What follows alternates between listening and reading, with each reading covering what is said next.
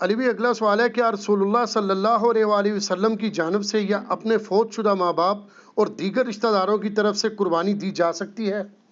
دیکھیں جی، قربانی کے دنوں میں چند کرٹیکل کوسچنز جو ہیں ان میں سے ایک یہ کوسچن بھی ہے۔ لوگ رسول اللہ صلی اللہ علیہ وآلہ وسلم سے اپنی محبت کا اظہار یہ بھی سمجھتے ہیں کہ آپ کی طرف سے جانور قربان کیا جائے۔ محبت کا اظہار تو اس میں تو کوئی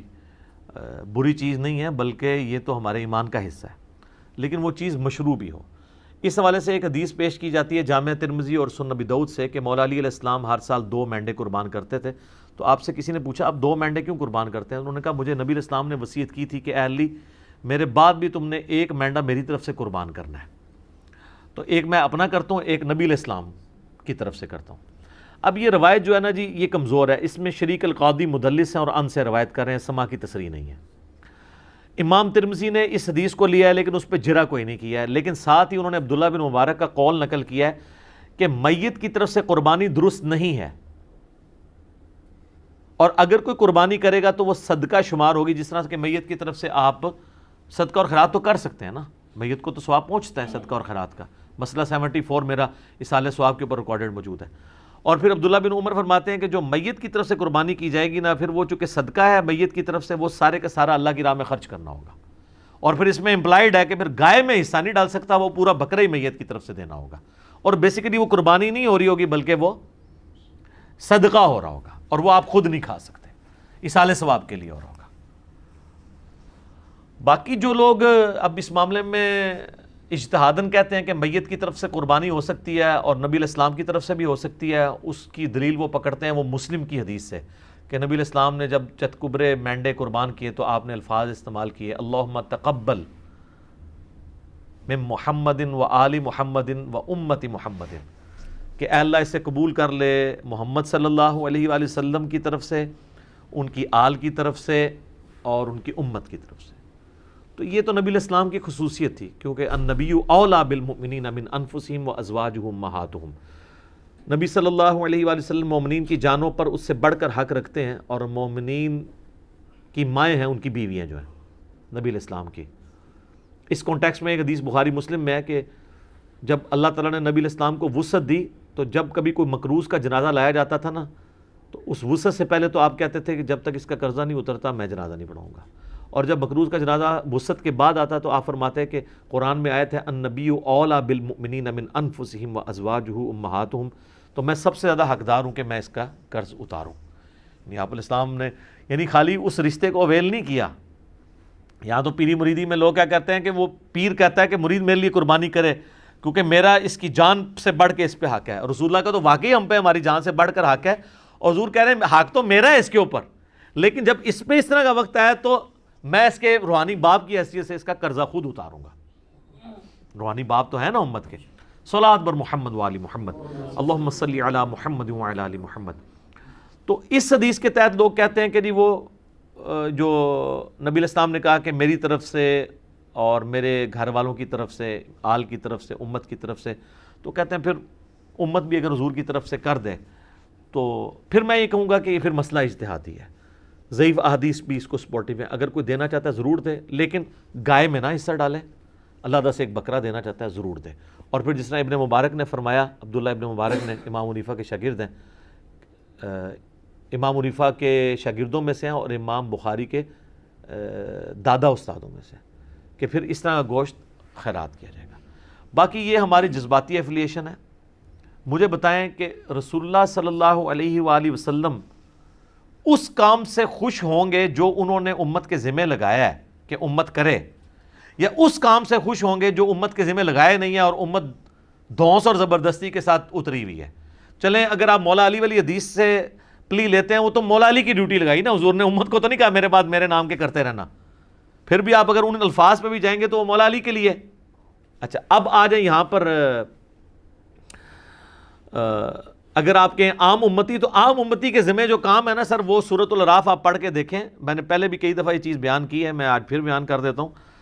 نبی علیہ السلام کا جہاں پہ ذکر خیر آیا نا کہ اگلی کتابوں میں آپ کا ذکر ہے، 157 نمبر آیت ہے، اللہ تعالیٰ نے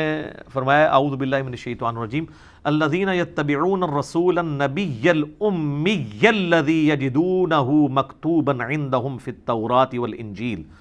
یہ اس نبی امی کی پیروی کر رہے ہیں جس کا ذکر لکھا ہوا پاتے ہیں اپنے پاس تورات اور انجیل کے اندر، یأمرہم بالمعروف وینہاہم عن المنکر، جو کہ انہیں نیکی کا حکم دیتے ہیں، ان کو برائی سے روکتے ہیں، وَيُحِلُّ لَهُمُ الطَّيِّبَاتِ، اور حلال کر چیزیں ان پر پاکیزہ چیزیں حلال کرتے ہیں، وَيُحَرِّمُ عَلَيْهِمُ الْخَبَائِث، اور جو خبیث گندی چیزیں ہیں وہ ان پر حرام کرتے ہیں اللہ کے اذن سے، وَيَضَعُ عَنْهُمْ إِسْرَهُمْ، اور ان پر جو بوجھ تھا وہ ان سے دور کرتے ہیں۔ ظاہر شریعت کی پابندیاں بوجھ نہیں ہوتی ہیں، بلکہ شریعت کی وجہ سے جو خام خواہ کے بوجھ آپ پہ ڈلے ہوتے ہیں وہ اتر جاتے ہیں۔ والاغلال التي كانت عليهم، اور جو ان کے گردنوں میں توق پڑے تھے وہ ان سے دور کرتے ہیں۔ خام خواہ کے ایک ان کی روایتیں چل رہی تھیں، جس طرح یہاں بھی آپ دیکھ لیں، جو ایک اللہ کا ہوتا ہے وہ پھر کسی بابے سے نہیں ڈرتا، اور جو اللہ کا نہیں ہوتا وہ جو قبر دیکھتا ہے، جو جھنڈا دیکھتا ہے اس کے آگے، یہ ڈرائیوروں کو آپ دیکھیں نا، راستے میں جتنے مزار ہیں نا دور سے یوں کرتے جاتے ہیں، یہ ان کی گردنوں میں توق ہے نا، اتنے ڈرے ہوئے ہیں، دور دور سے یوں کر رہے ہوتے ہیں۔ تو نبی علیہ السلام نے سب جھوٹے خداؤں کو سائڈ پہ کر کے ایک خدا کا تعارف کروایا، اور ہم نے آپ کو سارے جھوٹے بابوں سے ہٹا کے رسول اللہ کے قدموں تک پہنچایا۔ ما ضل صاحبکم وما غوی صلی اللہ علیہ وآلہ وسلم۔ پھر اللہ تعالیٰ فرماتا ہے فالذین آمنوا بہ، پس جو لوگ ان پر ایمان لائے، وعزروہ ونصروہ، اور ان کی عزت کی اور ان کی مدد کی، واتبعوا النور الذی انزل معہ، اور پیروی کی اس نور کی یعنی قرآن کی جو ان کے ساتھ نازل ہوا، اولئک هم المفلحون، ایسے ہی لوگ ہیں جو فلاح پا گئے۔ تو اللہ تعالیٰ فرما رہا ہے کہ رسول اللہ صلی اللہ علیہ وآلہ وسلم کے ساتھ محبت کا تقاضا یہ ہے کہ آپ ان پر ایمان لاؤ، قرآن کی پیروی کرو، اور رسول اللہ کی اس کاز میں جس کاز کے لیے وہ دنیا میں آئے ان کی مدد کرو۔ آج بھی رسول اللہ کی آپ نے مدد کرنی ہے، یعنی ان کے دین کی مدد کرنی ہے۔ یہ یعنی رسول اللہ صلی اللہ علیہ وسلم ہمارے محتاج نہیں ہے، لیکن جو ایک روحانی باپ کی حیثیت سے ہم پر حق ہے ان کا، جو بخاری مسلم میں آپ نے یوم النحر کے خطبے میں بھی کہا ہے اور یوم عرفہ کے خطبے میں بھی، کہ کیا میں نے اللہ کا پیغام تم تک پہنچا دیا؟ سب نے کہا یا رسول اللہ پہنچا دیا۔ آپ نے فرمایا اب تمہاری ذمہ داری ہے کہ اس پیغام کو دوسرے لوگوں تک پہنچاؤ۔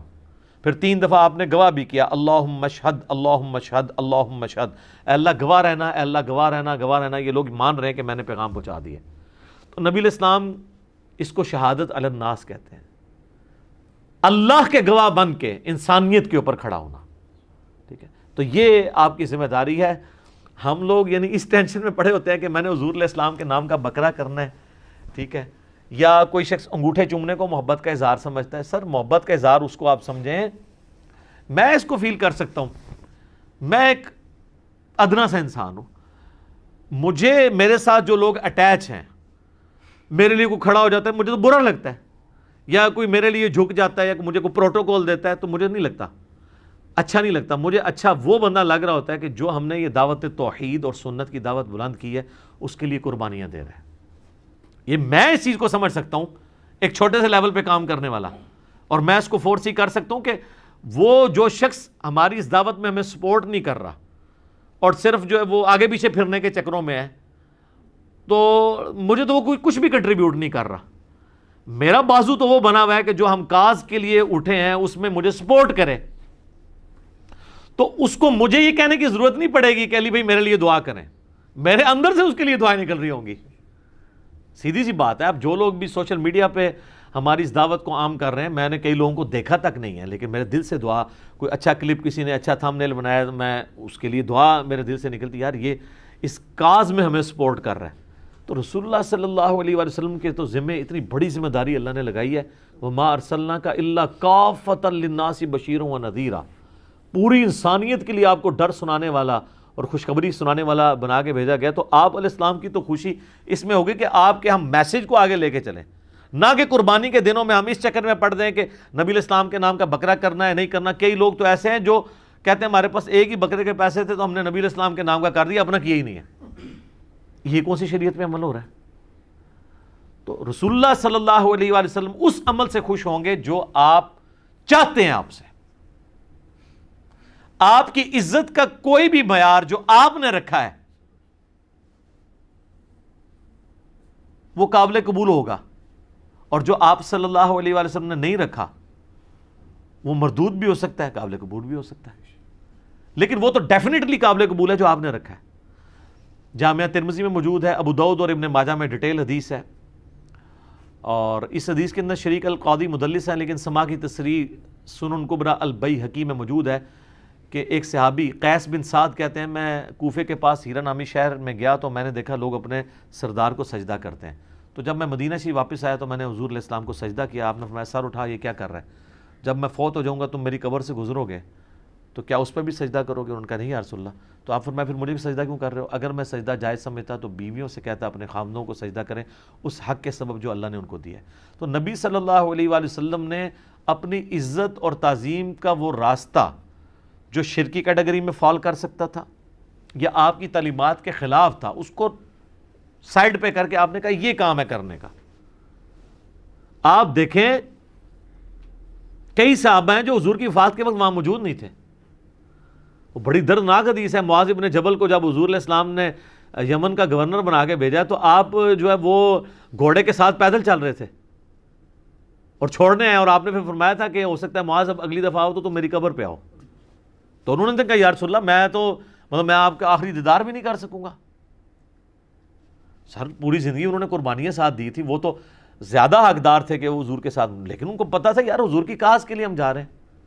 حجۃ الوداع کے موقع پر صحابہ کرام نکلے ہیں تو پھر جناب لوگوں کو پتہ نہیں کہاں کہاں انہوں نے پیغام پہنچایا ہے۔ جو قادسیہ یرموک لڑنے کے لیے گئے ہیں وہ تو اپنی لائف کنکلوڈ کر کے گئے ہیں نا، کتنے لوگ شہید بھی ہو گئے وہاں پہ۔ تو یہ آپ حضور کے نام کے جانور دینے کی بجائے نا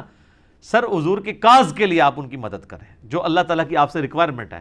جو نبی علیہ السلام کی ریکوائرمنٹ ہے۔ جامعہ ترمذی ابو داؤد میں حدیث ہے، نبی علیہ السلام فرمایا اللہ اس کا چہرہ خوش و خرم رکھے جو ہماری حدیث سنے اور آگے لوگوں تک پہنچائے۔ حضور دعائیں دے کے گئے ہیں ان لوگوں کو جو آپ کا پیغام لوگوں تک پہنچا رہے ہیں، ٹھیک ہے۔ اور پھر حجۃ الوداع پہ آپ کی تلقین،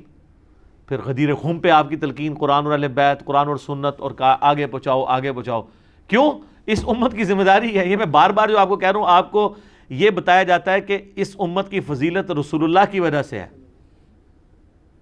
حالانکہ اس کو ڈیپ ڈنگ کرے تو یہ اس امت کی فضیلت رسول اللہ صلی اللہ علیہ وآلہ وسلم کے خاتم النبیین ہونے کی وجہ سے ہے، کہ نبیوں والا کام جو پہلے نبی کرتے تھے، چونکہ آپ پوری کائنات کے لیے پیغمبر بنا کے بھیجے گئے ہیں، وہ آپ کے بعد چونکہ اب نبی کوئی نہیں آنا تو وہ کام آپ کی امت کو ٹرانسفر ہوا ہے۔ اس کام کے ٹرانسفر ہونے کی وجہ سے یہ امت افضل ہے، صرف چھڑا حضور علیہ السلام کا نام لگانے کی وجہ سے نہیں۔ اور اگر آپ یہ کہیں میرا اجتہاد ہے تو میں آپ کو قرآن کی آیت پیش کروں گا، کنتم خیر امۃ اخرجت للناس تأمرون بالمعروف وتنہون عن المنکر وتؤمنون باللہ، تم بہترین امت ہو جو لوگوں کے نفع کے لیے نکالے گئے ہو، لوگوں کو اللہ کی طرف بلاتے ہو، یعنی لوگوں کو نیکی کی طرف بلاتے ہو، برائی سے روکتے ہو، اور اللہ پر ایمان لاتے ہو۔ ایمان تیسرے نمبر پہ ذکر ہوا ہے کہ ایمان سچا اس کا ہے جو لوگوں کو اللہ کی طرف بلائے، نیکی کے کاموں کی طرف برائے، برائی سے روکے۔ تو نبی علیہ السلام کا منصب تو یہ تھا، اور آپ کی مدد آپ نے اس طریقے سے کرنی ہے۔ یہ حضرت عیسیٰ علیہ السلام اپنے ساتھیوں سے جب کہہ رہے ہیں من انصاری اللہ، تو کوئی مطلب نعوذ باللہ من ذالک کو دنیاوی طور پہ کوئی فوڈ چین کھولنے کے لیے تو نہیں وہ کہہ رہے تھے، دین کے مدد کے لیے۔ تو حواریوں قال الحواریون نحن انصار اللہ، ہم جو ہیں وہ اللہ کے مددگار، اس کے دین کے مددگار ہیں۔ تو رسول اللہ کے نام کے بکرے قربان کرنے کی بجائے نا آپ دین میں ان کے لیے مدد کریں اور اس دین کے پیغام کو پہنچائیں، یہ ہے کام کرنے والا۔ تو باقی ساری چیزیں تو ثانوی ہیں، باقی آپ اصالہ ثواب کے اوپر مسئلہ 74 میرا دیکھ لیں، 10 لاکھ سے زیادہ لوگ وہ یوٹیوب پہ ویڈیو دیکھ چکے ہیں، بلکہ 1.2 یا 1.3 ملین کے قریب لوگ دیکھ چکے ہیں۔ اس میں میں نے اصالہ ثواب کی ساری شکلیں بیان کی ہیں،